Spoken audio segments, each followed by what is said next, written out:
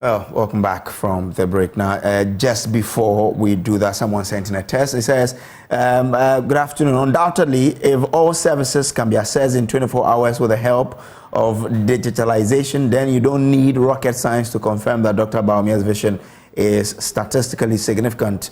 Hashtag bold solutions for the future. There are special greetings to Nana Akwesi of PMMC and the bulldozer, as well as Lawyer Boama. This is coming from Royal Gabi in Efiakuma. Okay, thank you. Now, the Renal Dialysis Unit at Korle Teaching Hospital is on the verge of collapsing, collapse as the facility grapples with a fresh debt of 2 million Ghana cedis just 3 months after government cleared a previous 4 million Ghana cedi debt, which led to the shutdown of the Renal unit to outpatient last year. Now, the unit's closure provoked public outrage as dialysis patients faced an uncertain future. Dr. Pokuwari Ampoma, Chief Executive of the hospital, attribute the current dire situation to Parliament's delay in approving new fees and charges. There is more in the following report by Prince Kudoga of our health desk. Very common emotions last year as the renal unit of the Korle Teaching Hospital was shut down due to an accumulation of debt in excess of 4 million Ghana cedis. We are now engaged with government, with the ministry, with other stakeholders to see how quickly we can, find the resources to advance. Because at the moment we are sitting in a 4 million cedi hole. If we are to operate at our current capacity, which is about 2,000 dialysis sessions every month, then it means that we are going to accumulate about 961,000 cedis of debt every month, in addition to the 4 million cedis that we have already. So this is financially unsustainable. The hospital was forced to reverse an increment in its dialysis charges imposed last year without recourse to Parliament. The patients said the high cost of treatment makes it difficult for them to follow the prescribed sessions. You are becoming a burden to the society.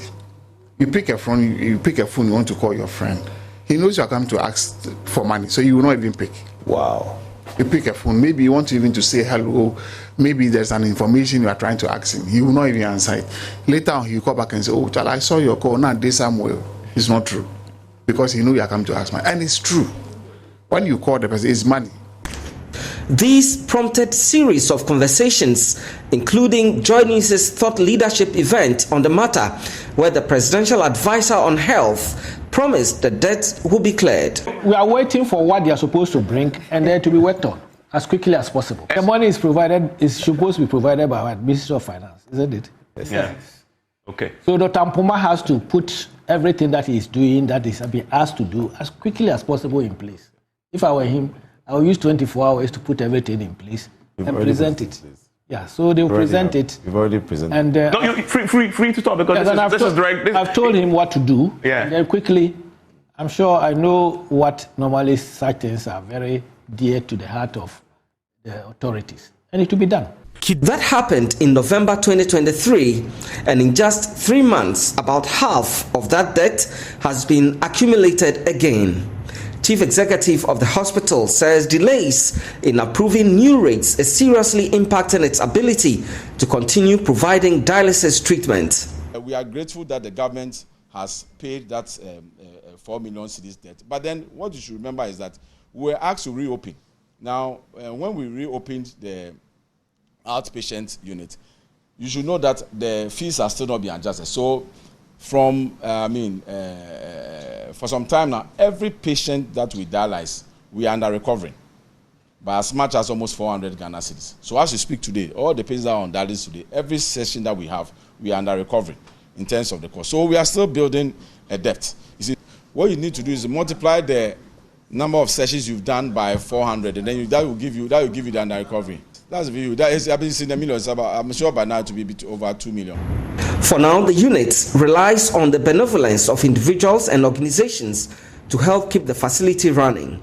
One of such donors is the Jospon Group of companies, which donated 500,000 cedis towards the treatment of patients there yesterday. Well, join us now for more on this is Bafo Kojo Ahenkra, President of the Renal Patient Association of Ghana. Bafo, I'm grateful for joining us. Now, what's the state of affairs at the renal unit as we speak? If you can hear me, I want to find out from you, since you are a regular user of the facility and probably whatever is happening, you are in touch. I want to find out from you what the state of the facility is as we speak. Yeah, thank you very much. Can you hear me now? Yes, I can now. Yes, the unit is running. Since the reopening, the unit is running.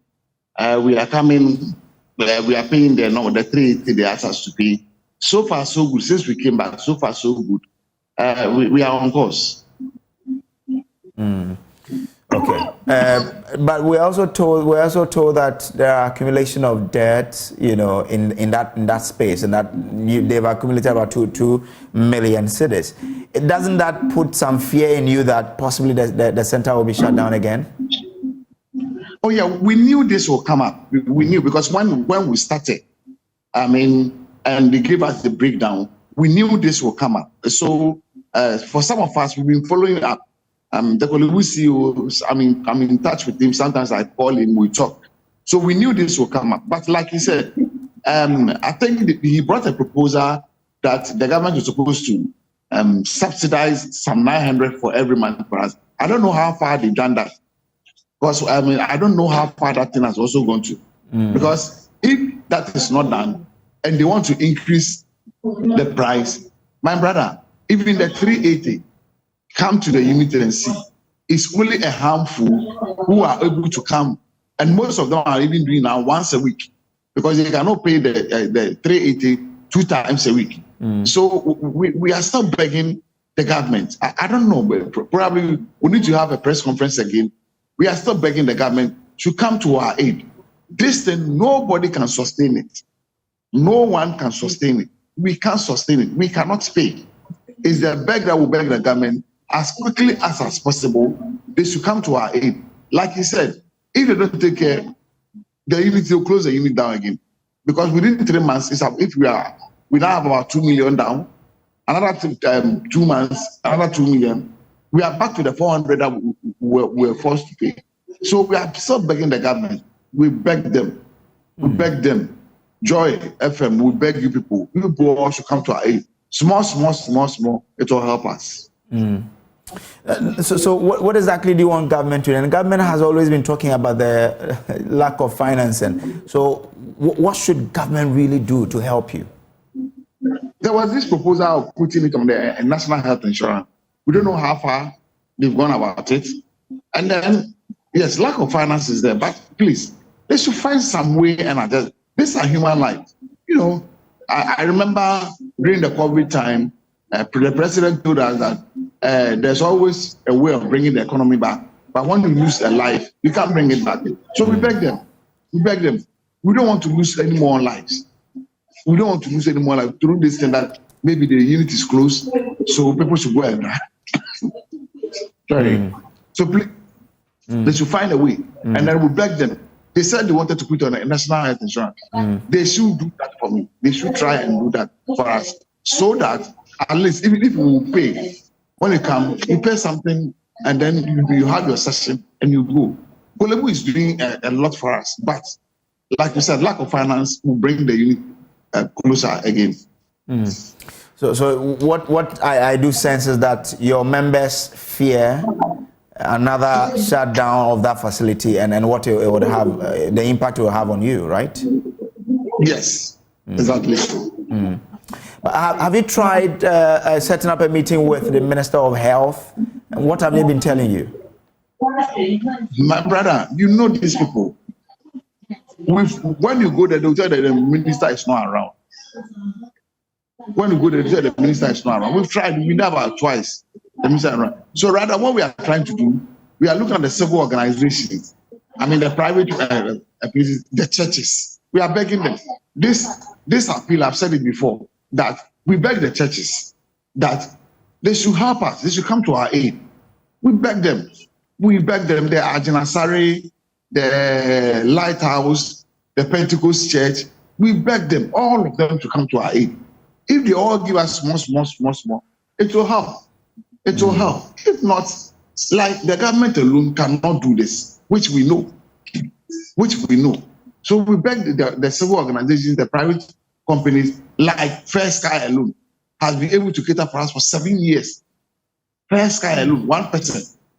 So why do other people, the big churches, Action Chapel, Mensa, Otabel, all of them, they should come to our aid to save us. And most of them people do. That is why they attend churches. So that is why they attend churches. So please, we wish maybe you grant us, you give us some airtime. We'll come there and come and put our appeal to them. That we beg them. They should come to our aid. The way things are going now, if this place is closed again, then we don't know what is going to happen to us. But the issue of sustainability will come in here. How sustainable is this arrangement if the churches decide to even come in? Yes, whilst we are looking at the NIE, for the meantime, the churches should come in to support us, because the Cocoa Boy also came up that they can do it. He said it on CCTV. I was there. Cocoa Boy said that if the government wants to do it, they can do it. It's doable. It's only just that the NIE, the national insurance, is capped. If it is not capped and the money is being given to them directly, he said we can do it. He said Kenya is doing it. These are the words of Cocoa Boy, because the national insurance is being capped. If not being capped, and then the money is given to the national health insurance people directly, we can do it. Now, this COVID money that we are paying, the COVID is gone. The COVID levy that we are paying, the COVID is gone. So to give us the COVID levy to save people's life, that's another suggestion. We can also put it across. So we beg them.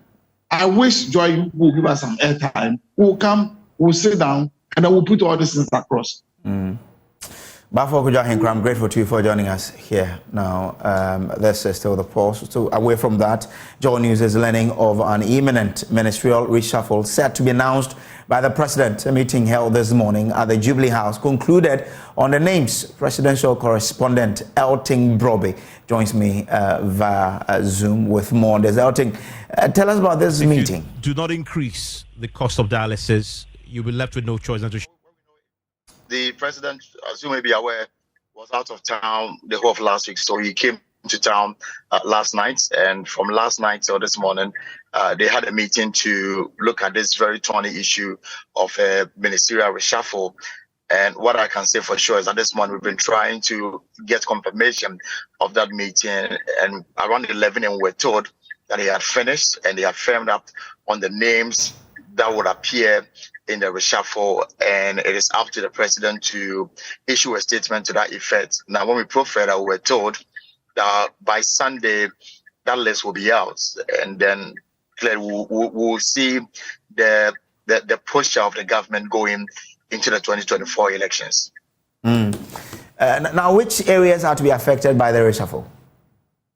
So from what we've been told, this is going to be a very comprehensive one.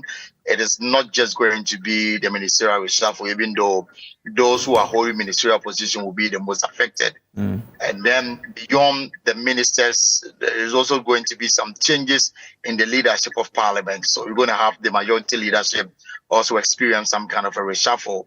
And then also the chief executive officers of state-owned enterprises will also see some changes in the. Now, the rationale behind all of this is that after the parliamentary primaries of the MPPs, some lost, some won, some have decided they will no longer represent the party in parliament in 2025. So therefore, there's a need to do some kind of realignment. So, for example, in parliament, the majority leader, Osei Mensah Bonsu, is no longer going. This will be his last term in parliament. And the government feels that they need to put their best foot forward, get people who are still more committed to the cause. And that's how come Osei Mensah, for example, may no longer be the majority leader going forward after the reshuffle. We are being told that he is likely to succeed the Foreign Affairs Minister, Shilero Koboche, who's already indicated that he will contest the General Secretaryship of the Commonwealth Organization. And then, so that's what it is. So if Osei Mensah is moved, they will have to reshuffle the front bench of the majority. We are being told that Alexander Fenyamaken may assume the role of majority leader in parliament, as who will succeed him as deputy, and the whips that will be contained in a year to be released. Press statement from the presidency. Now, because the indication is that this reshuffle, the announcement will come on Sunday, I can tell you for sure there's already intense jostling at the office of the president, the office of the vice president, because when we profiled, we're told that this is a Bawumia-inspired cabinet reshuffle. Okay. So the people you are going to see going into Monday are people, the vice president, who is a leader, who is now the flag bearer of the MPP, finds reflection to work with going into 2024. The rules minister, for example, we are told, because of some health reasons, has indicated that he will no longer be able to hold himself in such position. And we are told that the road ministry was offered to Kwabena Japan, but sources very close to him said that he rejected it, saying that it is too late in the day in the administration of the MPP for him to accept such a position. We are told that Asenso Wachu is the Minister for Works and Housing, is being tipped to replace the roads minister. For example, the local government minister, Dan Kwakuboche, information that is likely to be named as a campaign manager for the Bawumia 2024 campaign. And that means that you have to leave government. And Obiamwa is most likely to be elevated to a substantive ministerial position. So these are the issue. The bottom line is that those who contested in the parliamentary primaries and won, and they are holding positions as chief executive of state-owned enterprises, they've been told to get ready to leave such posts so that they can concentrate on their parliamentary aspiration, whilst new blood will be brought in to move the party and the government forward.